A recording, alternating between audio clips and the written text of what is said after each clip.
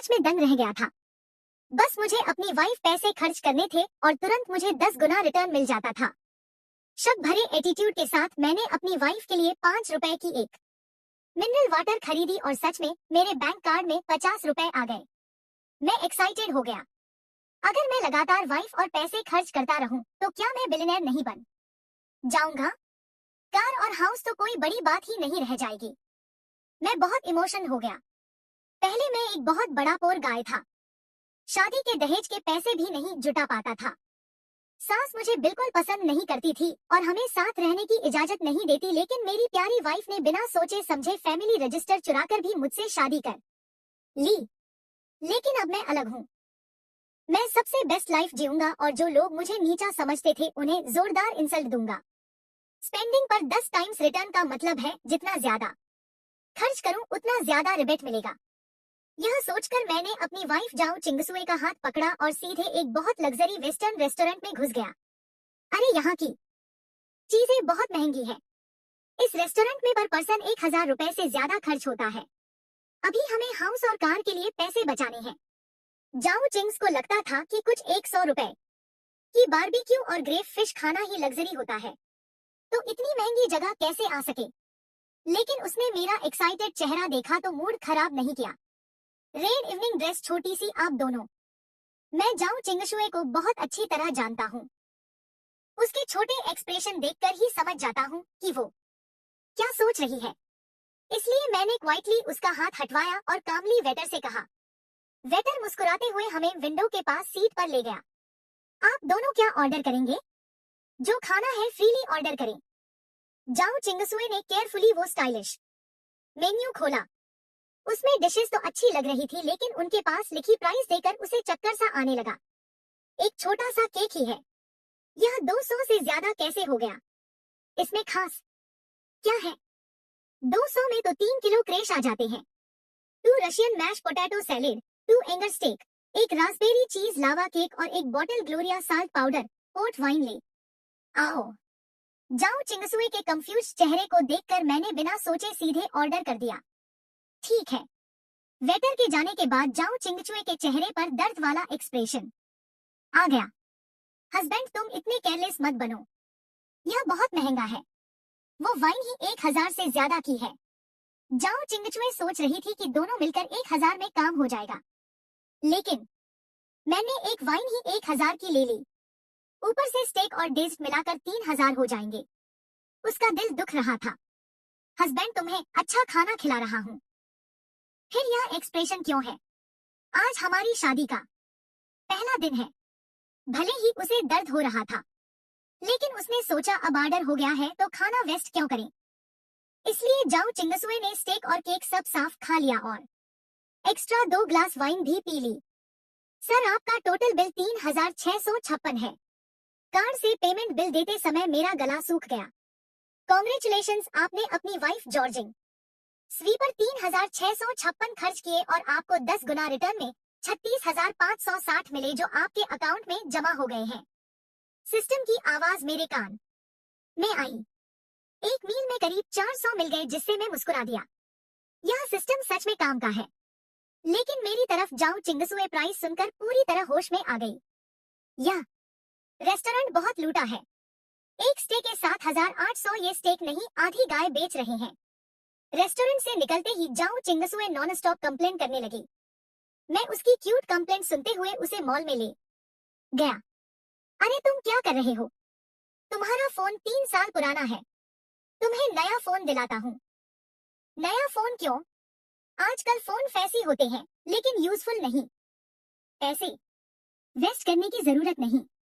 जाओ चिंगशुए नहीं जाना चाहती थी। उसे भी लेटेस्ट फ्रूट फोन चाहिए था, लेकिन हाउस और कार के लिए सेविंग सोचकर रुक गई। तुम्हें कौन सा कलर पसंद है? मैंने उसे मना करने का मौका नहीं दिया और सीधे फ्रूट स्टोर में ले गया और लेटेस्ट फ्रूट 12 प्रो मैक्स की तरफ गया। इसका टॉप मॉडल 12,000 का है। प्राइस देखकर जाओ चिंगसुए का मन ही नहीं किया और वो मुझे खींच कर ले जाने लगी। चलो हस्बैंड, तुम्हें पिंक कलर पसंद है, लेकिन इसमें नहीं है तो ग्रेफाइट कलर ले लेते हैं जो तुम पर अच्छा लगेगा। मैंने काउंटर पर खड़ी स्टाफ को मुस्कुरा कर कहा, इसे पैक कर दो। जी सर, इसका प्राइस 1199 है। कार्ड या कैश कार्ड? जब हम अंदर आए तो स्टाफ ने हमें ज्यादा अटेंशन नहीं दिया क्योंकि हम सिंपल कपड़ों में थे और पुराने फोन इस्तेमाल कर रहे थे। लेकिन जब मैंने तुरंत खरीद लिया तो उसका एटीट्यूड बदल गया और उसने फोन अच्छे से पैक किया और सर्विस भी अच्छी हो गई। मैडम, आपका बॉयफ्रेंड बहुत अच्छा है। स्टाफ ने जाओ चिंगसुए को देकर कहा। जाओ चिंगसुए खुश हुई लेकिन बोली यह बस पैसे वेस्ट करता है, मेरी बात नहीं सुनता। उसकी बात सुनकर मैं बस मुस्कुराया। सिस्टम ने अभी 12,000 रिटर्न दे दिए। फोन खरीदते ही मेरी वैल्यू डबल हो गई। पहले मैं साल भर में करीब 10,000 बचाता था, लेकिन अब खाना और फोन मिलाकर 15,000 मिल गए और अब मेरे अकाउंट में 25,000 है। अभी ज्यादा नहीं है, लेकिन एक नॉर्मल डायमंड रिंग खरीद सका हूँ। जाओ चिंग्स मुझे डांट रही थी, लेकिन नया फोन लेकर बहुत खुश थी और बाहर निकलते ही फोटो लेने लगी। थोड़ी देर बाद उसे याद आया कि इतने महंगे फोन पर फ्री गिफ्ट लेना भूल गई। मैंने कहा गिफ्ट छोड़ो, डायमंड रिंग लेते हैं, और उसे सीधे दूसरे फ्लोर के टिफनी स्टोर में ले गया। टिफनी दुनिया के सबसे बड़े लग्जरी ज्वेलरी ब्रांड्स में से एक है। जाओ चिंगशुए को इसके बारे में पता था। उसने मैगजीन्स में इसके रिंग्स देखे थे, उसे भी चाहिए था, लेकिन उसे लगता था कि डायमंड लेना सही नहीं क्योंकि गोल्ड की वैल्यू ज्यादा स्टेबल होती है। वो ग्लास काउंटर में रिंग्स देखते हुए धीरे से मुझसे बोली यह बहुत महंगे हैं, डायमंड क्यों ले, गोल्ड लेते हैं, हम देखते हैं सब ठीक हो जाएगा। उसकी यह बात सुनकर मुझे पता नहीं क्यों अचानक आंखों में हल्की सी जलन सी महसूस हुई। स्कूल में सबके सामने मजाक बने रहने वाले मेरे जैसा इंसान जोचिंगवे को चाहने वाले अमीर लड़कों की कमी नहीं थी। उसकी कंडीशन के हिसाब से वह आसानी से किसी अच्छे फैमिली वाले बॉयफ्रेंड को चुन सकती थी। बाकी लड़कियों की तरह फेस्टिवल्स पर नए फोन, महंगे कॉस्मेटिक्स और सुंदर बैग पा सकती थी, लेकिन उसने मुझे ही चुना। तुम्हें कौन सा पसंद है, जो चाहो चुन लो, मैं सब खरीद दूंगा। मेरी बात सुनकर जाओ चिंगशुए हैरान रह गई और पलटकर मुझे डिसबिलीफ के साथ देखने लगी। सुयान, तुम हद कर रहे हो। आज हमने ऑलरेडी इतना खर्च किया है, खाना और फोन पर। मैं ऑलरेडी बहुत खुश हूँ, अब डायमंड रिंग लेना ज्यादा हो जाएगा। हमने पहले ही तय किया था कि ऐसे फैंसी और नॉन प्रैक्टिकल चीजें नहीं खरीदेंगे। वो मुझे डांट रही थी लेकिन मुझे फर्क नहीं पड़ा, बल्कि मेरी नजर ग्लास काउंटर में रखी एक गोल येलो डायमंड रिंग पर टिक गई।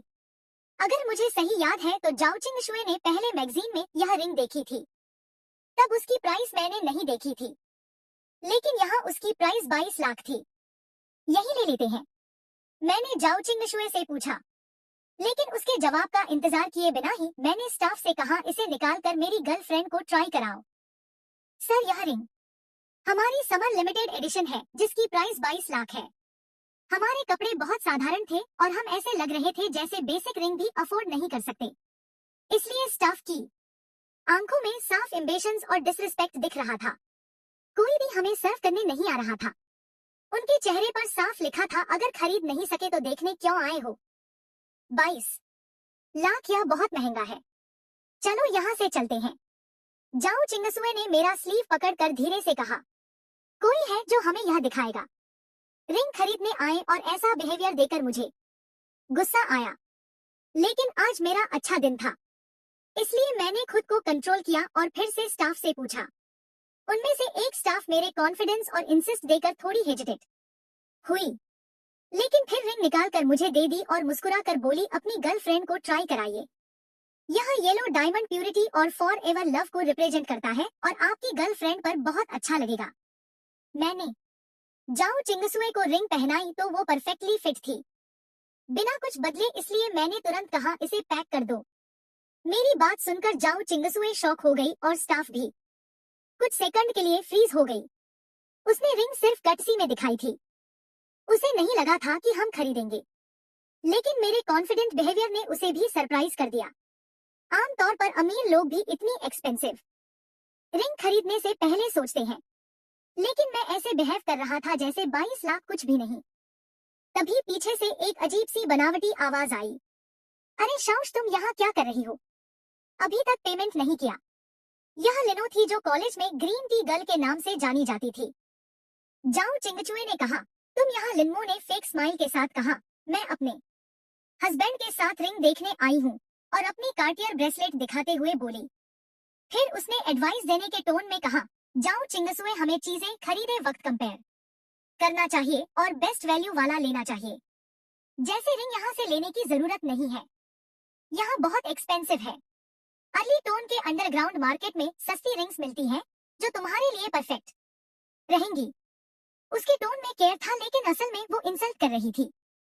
उसका हस्बैंड बोला, तुम खुश रहो, बस जो चाहो खरीद लो। तो लिन्मो ने स्वीट बनकर कहा, ज्यादा एक्सपेंसिव नहीं चाहिए, 5-6 लाख की रिंग काफी है।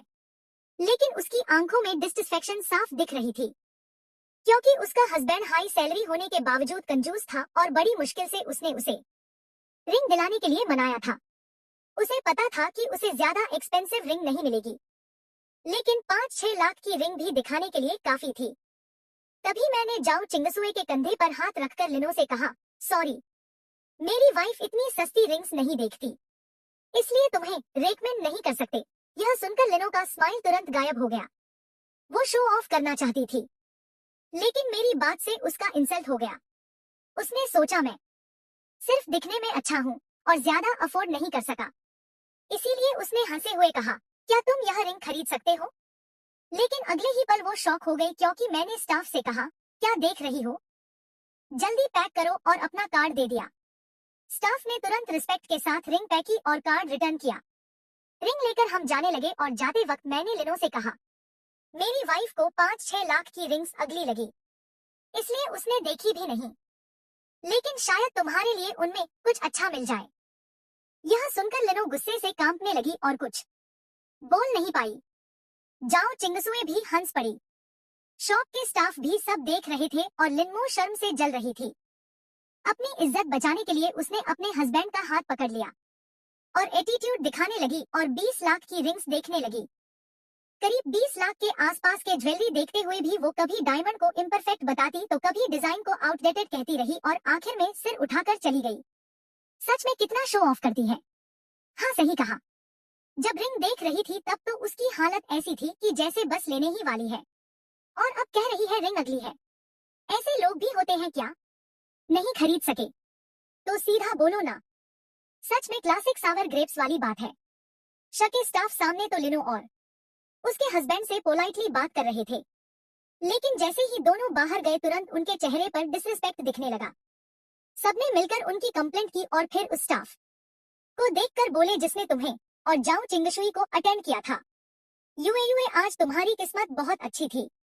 वो लड़का देखने में तो सिंपल लग रहा था, लेकिन निकला बहुत रिच।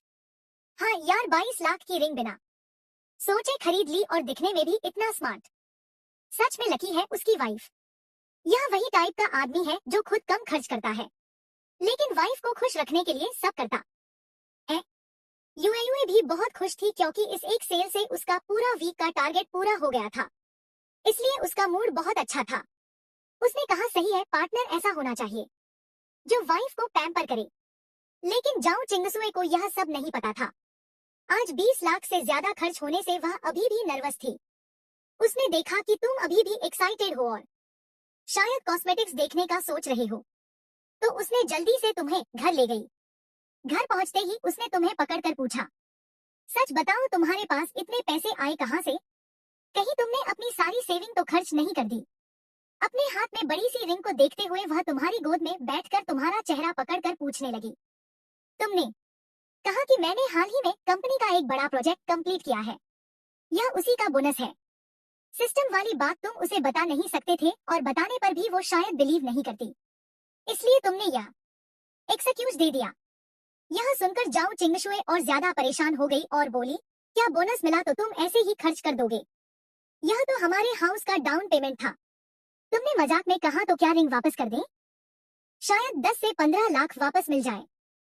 जाओ चिंगशुए तुरंत सीरियस होकर बोली, मैं इतनी बेवकूफ नहीं हूँ, यह मेरी रिंग है, तुम इसे वापस नहीं कर सकते। और ऐसे रिएक्ट करने लगी जैसे तुम सच में उससे रिंग छीन लोगे। थोड़ी देर मस्ती करने के बाद वो थक कर सो गई। तुमने उसके सोने के बाद उसके फॉरहेड पर हल्का सा किस किया और फिर उसका फोन उठाकर उसका शॉपिंग ऐप ओपन किया। जो चिंगशु को ऑनलाइन शॉपिंग बहुत पसंद थी, लेकिन वो सिर्फ चीजें देती थी, पसंद आने पर कार्ड में डाल देती थी लेकिन रैली खरीदी थी। तुम कई बार उसका पूरा कार्ड खरीदना चाहते थे लेकिन पैसे नहीं थे। अब अकाउंट में 2 मिलियन से ज्यादा थे तो तुमने बिना सोचे उसका पूरा कार्ड चेक आउट कर दिया। उसमें मोस्टली ड्रेसेस, कॉस्मेटिक्स और एक्सेसरीज थी और टोटल करीब 12 लाख हुआ।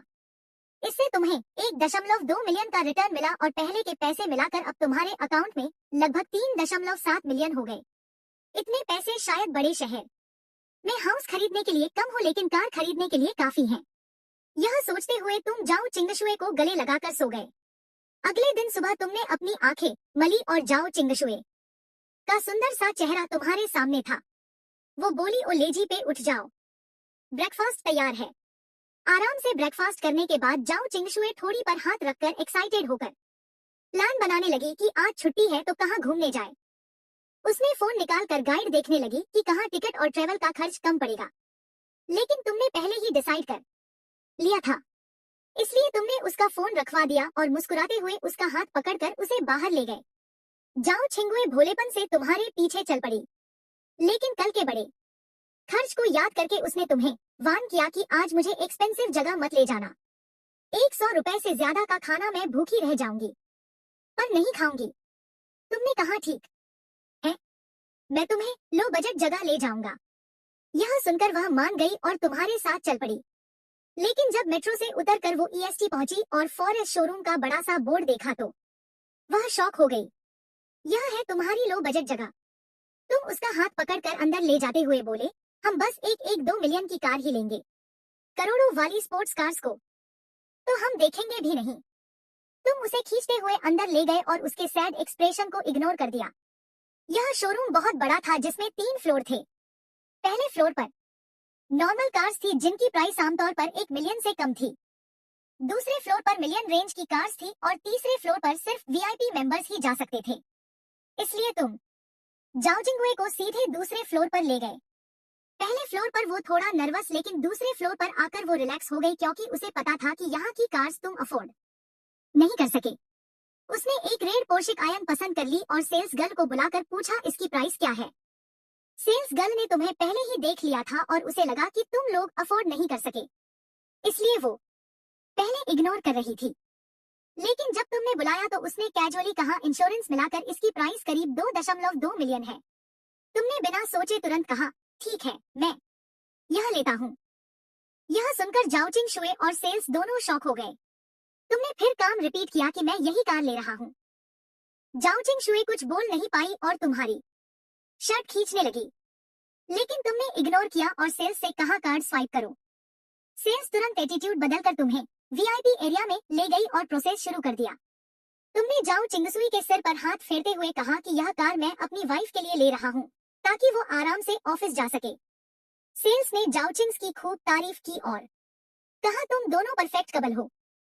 थोड़ी देर बाद जाओचिंगसवी शांत हो गई। तभी सिस्टम की आवाज आई कि जाओचिंगसई के लिए 2.2 मिलियन की पोर्श खरीदने पर तुम्हें 20 मिलियन का रिवॉर्ड मिला है और साथ में बोनस में एक फेरारी लफ भी मिली है। यह सुनकर तुम अंदर से बहुत खुश हो गए क्योंकि तुम्हें एक्स्ट्रा सुपर कार मिल गई। लाफरानी जैसी कार करोड़ों की होती है और तुमने कभी सोचा भी नहीं हाँ कि तुम्हारे पास ऐसी कार होगी। तुम एक्साइटमेंट में खो गए। तभी जॉर्ज चिंगशुई ने गुस्से में कहा कि तुम मेरी बात सुन भी रहे हो या नहीं, और गुस्से में एक ग्रे खा लिया। फिर तुमने हंसते हुए कहा कि हम एक हाउस भी खरीद लेते हैं। यह सुनकर वो फिर सीरियस हो गई और बोली, अभी हाउस बाद में देखेंगे, यह कार ही तुम्हारे सारे पैसे खत्म कर चुकी होगी। लेकिन फिर भी उसने कहा कि फ्यूचर में हम मेहनत करके हाउस जरूर लेंगे और सस्ता एरिया में बड़ा फ्लैट लेना बेटर होगा बजाय महंगे एरिया के छोटे हाउस के। तुमने उसकी बात याद रख ली और उसे देखते रहे क्योंकि वो तुम्हारे लिए जेन्युइनली वरी कर रही थी। पिछले कुछ दिनों में तुमने उसके लिए एक्सपेंसिव रिंग और कार खरीदी थी, इसलिए उसे लग रहा था कि तुमने अपनी सारी सेविंग्स खर्च कर दी है। शायद उसके पेरेंट्स ने भी तुम्हारी हेल्प की हो, लेकिन असलियत कुछ और ही थी। दोनों वीआईपी एरिया में चाय पी रहे थे और तुम सिस्टम के रिवॉर्ड के बारे में सोचकर अंदर ही अंदर खुश हो रहे थे। तुम्हें लग रहा था कि अब तुम्हारी लाइफ पूरी तरह बदल चुकी है और अब तुम जो चाहो वह खरीद सकते हो। जाओचिंग्स अभी भी तुम्हें समझा रही थी कि पैसे बचाना जरूरी है और फ्यूचर के लिए प्लानिंग करनी चाहिए, लेकिन तुमने उसे काम करते हुए कहा कि अब सब ठीक हो जाएगा और उसे टेंशन लेने की जरूरत नहीं है। तुमने मन ही मन डिसाइड कर लिया कि अब तुम उसे हर वो चीज दोगे जो उसने कभी चाही थी और फिर उसे अपने पास खींचकर आराम से उसके साथ बैठ गए। वो सोच रही थी कि हम तो एक नॉर्मल फैमिली से हैं। इतना पैसा आखिर आता कहाँ से है जो ऐसे खर्च हो रहा है। लेकिन वो मना भी नहीं करवा रही थी क्योंकि उसे अंदर से लग रहा था कि शायद तुम्हें गिल्ड है और तुम उसे मटेरियल चीजों से खुश करना चाहते हो। तभी उसके फोन पर उसकी फ्रेंड की हन का मैसेज आया कि आज वीकेंड है, दोपहर में हॉट खाने चले। मैंने एक बहुत टेस्टी रेस्टोरेंट ढूंढा है। जाओ चिंगशुए थोड़ी देर के लिए सोच में पड़ गई। फिर उसने तुमसे पूछा तुमने लोकेशन देखी तो वो फॉरेस्ट शोरूम के पास ही थी, इसलिए तुमने तुरंत हाँ कर दी और कहा कि हम कार लेकर आते हैं, तब तक वेट करो। इस बार तुमने कार फुल पेमेंट में खरीदी थी, इसलिए सेल्समैन भी बहुत पोलाइट हो गया और पूरी सुबह में सारे पेपर वर्क और इंश्योरेंस वगैरह कंप्लीट कर दिए। उधर चिहन पहले ही कार लेकर रेस्टोरेंट के बाहर पहुंच गई थी। उसके घर की कंडीशन ठीक थी और उसे अकेले मैजिक सिटी में स्ट्रगल करते देख उसके घर वालों ने ग्रेजुएशन के बाद ही उसे 1-1 लाख की ग्रेट वॉल कार दिला दी थी। भले ही कार बहुत एक्सपेंसिव नहीं थी, लेकिन रोज मेट्रो में भीड़ झेलने और बाहर जाने पर कैब के पैसे देने वालों के लिए वो काफी कंफर्टेबल लाइफ थी।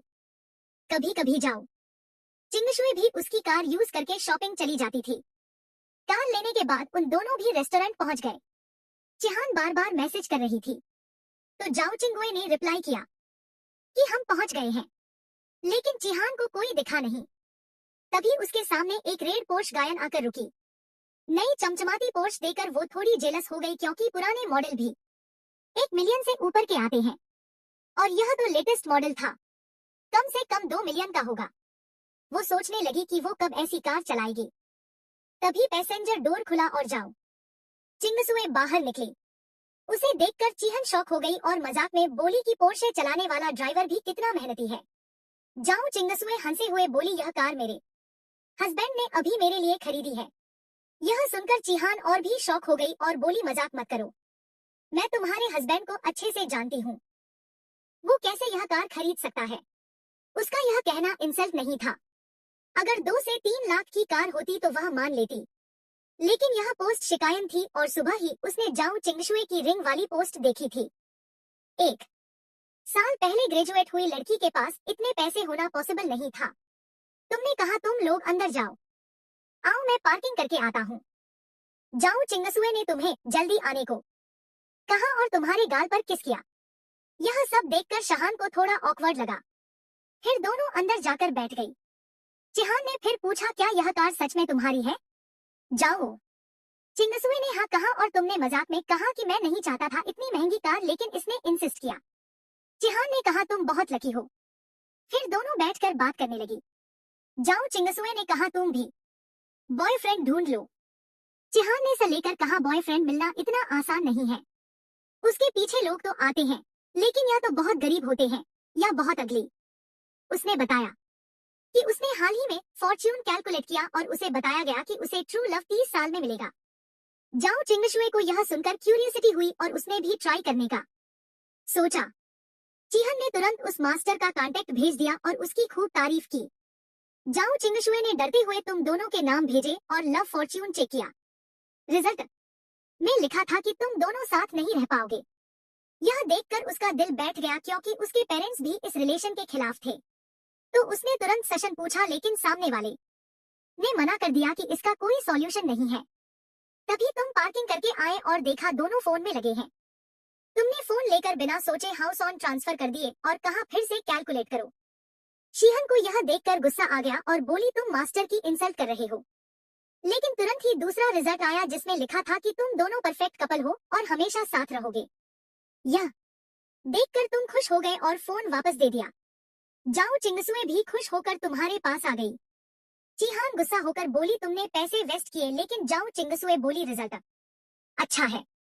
फिर उसने चिहान को भी कहा कि वो भी दोबारा ट्राई करे, लेकिन चिहान ने मना कर दिया और कहा पहले खाना खाते हैं। हॉटपॉट आने के बाद वो सब भूल गई और नॉर्मल हो गई। खाने के बाद पार्किंग में जाकर उसने कार के साथ फोटो लिए और फिर जाओ चिंगशुई को शॉपिंग चलने के लिए बोला। लेकिन तभी जाओ चिंगशुई को उसकी माँ का कॉल आया और उसे घर बुलाया गया। उसका घर आउटस्कर्ट्स में था और वहां पहुंचने में 2 घंटे लगे थे। इसलिए वो अकेले मेट्रो से चली गई क्योंकि उसका लाइसेंस अभी नहीं आया था। तुम और चिहान भी अपने अपने घर चले गए। तुमने कार पार्किंग में लगाई और जैसे ही अंदर जा रहे थे तभी एक फेरारी तुम्हारे सामने आकर रुकी। तुम उसे देखकर इम्प्रेस हो गए, लेकिन तभी तुम्हारी वाइफ का कॉल आया और उसने घबरा कर कहा सो यूएन सब खत्म हो गया। मेरी माँ को पता चल गया कि हुकूबुक गायब है। कल सुबह से ही प्रॉब्लम शुरू हो गई है।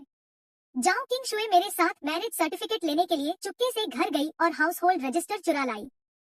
यह हाउस होल्ड रजिस्टर आमतौर पर उसकी माँ अपने बेडरूम के बेड साइड टेबल के नीचे रखी थी। नॉर्मल तौर पर जब जरूरत नहीं होती तो उसे कोई छूता भी नहीं था। उसने सोचा था कि बाद में मौका देकर चुके से वापस रख देगी, लेकिन किस्मत देखो आज ही उसकी माँ को पता चल गया। कुछ दिन पहले जाओ किंग शुए ने अपनी माँ से मेरे साथ शादी की बात की, इसलिए उसकी माँ तुरंत समझ गई कि रजिस्टर कहाँ गया है। इसलिए उसने तुरंत जाओ किंग शुए को कॉल किया। पहले तो वह उसे बहुत बुरी तरह डांटना चाहती थी, लेकिन फिर उसने सोचा कि जब बेटी रजिस्टर लेकर भाग ही गई है तो अब डांटने का कोई फायदा नहीं। इसलिए उसने खाने का बहाना बनाया और उसे घर वापस बुलाकर बंद करने का प्लान बनाया। अब जाओ किंग शुए घर में बंद है और बाहर नहीं निकल सकी। मुझे भी उसने चोरी छुपे बाथरूम में छुपकर कॉल किया। मैंने कहा कोई बात नहीं, मैं अभी आता हूँ। उसकी बात सुनकर मैं भी थोड़ा घबरा गया, लेकिन जल्दी ही खुद को संभाल लिया और उसे थोड़ा काम किया। वो इतनी घबराई हुई थी कि रोने वाली थी। उसने कहा तुम मत आना, मेरी माँ बहुत बुरा बोलती है, वो तुम्हें इंसल्ट करेगी। मैंने कहा कोई बात नहीं, हमें तुम्हारी माँ का यह टेस्ट पार करना ही होगा। मैं जानता था वो किस बात से डर रही है, इसलिए मैंने उसे सॉफ्टली समझाया कि यह स्टेप पार करने के बाद हम ओपनली साथ रह पाएंगे। लेकिन वो कुछ और बोल पाती उससे पहले ही बाथरूम के बाहर उसकी माँ ने जोर जोर से डोर नॉक करना शुरू कर दिया और बोली तुम आधे घंटे से अंदर क्या कर रही हो, बाहर क्यों नहीं आ रही, क्या अंदर गिर गई हो। अपनी माँ की आवाज सुनकर उसे कॉल काट कर बाहर आना पड़ा। उसकी माँ ने उसे देखा और ठंडी हंसी के साथ कहा मुझे पता है तुम अंदर उस लड़के से बात कर रही थी। अच्छा है, आज मैं भी उससे मिलना चाहती हूँ। यह सुनकर जाओ किंग शी कंफ्यूज हो गई। उसकी माँ बोली मैंने तुम्हारे सारे रिश्तेदारों को कॉल कर दिया है, सब आज घर आ रहे हैं। आज तुम्हें उस लड़के से ब्रेकअप करना ही होगा और अगर वो नहीं मानेगा तो उसे मारकर मनवाएंगे। मुझे नहीं लगा उसकी हिम्मत इतनी स्ट्रांग है। यह सुनकर झाओ किंग शू घबरा गई और लगभग रोने लगी। उसने कहा आप ऐसा कैसे कर सकती हैं? इतनी बड़ी बात के लिए सारे रिश्तेदारों को बुलाना पहले ही शर्म की बात है और ऊपर से आप लोग उसे मारेंगे। यह सोचकर कि सुइवान बुरी तरह घायल हो जाएगा, उसका दिल भर आया। उसने कहा माँ मेरी बात सुनो, सुइवान गरीब नहीं है और वो मेरे साथ बहुत अच्छा है। उसकी माँ ने कहा अच्छा है तो क्या तुम अपने कपड़े देखो और बाकी लड़कियों को देखो। उसने उसकी ड्रेस खींचते हुए कहा तुम्हें याद है पड़ोस की लिन लड़की जो बचपन में तुम्हारे साथ खेलती थी, वो पढ़ने के लिए बड़े शहर गई और वहाँ एक अमीर लड़के से रिलेशनशिप में आ गई जिसके घर में बिजनेस है। उसकी शादी बहुत ग्रैंड हुई और लड़के वालों ने 1 मिलियन कैश दिया और उसके परिवार को घर और कार भी खरीदी। कुल मिलाकर 5 मिलियन खर्च किए। जाओ किंग शू ने कहा माँ वो लोग अलग हैं, हम कंपेयर नहीं करते। उसकी माँ बोली मैं भी कंपेयर नहीं करना चाहती, लेकिन मैं उसे रोज अच्छे कपड़ों में देती हूँ और वह बाहर निकलते वक्त एक कदम भी नहीं चलती, जबकि तुम रोज जॉब करते हो और खुद के लिए नए कपड़े भी नहीं खरीदी। यह देखकर मुझे दर्द होता है। उसने अपने सीने पर हाथ रखकर कहा मुझे तुम्हारी चिंता होती है समझी। यह सुनकर जाओ किंग शुए रो पड़ी और अपने मुंह पर हाथ रख लिया। तभी डोर बेल बज गई जिससे दोनों की बात रुक गई। वह अपना चेहरा छुपाकर कमरे में चली गई और उसकी माँ डोर खोलने चली।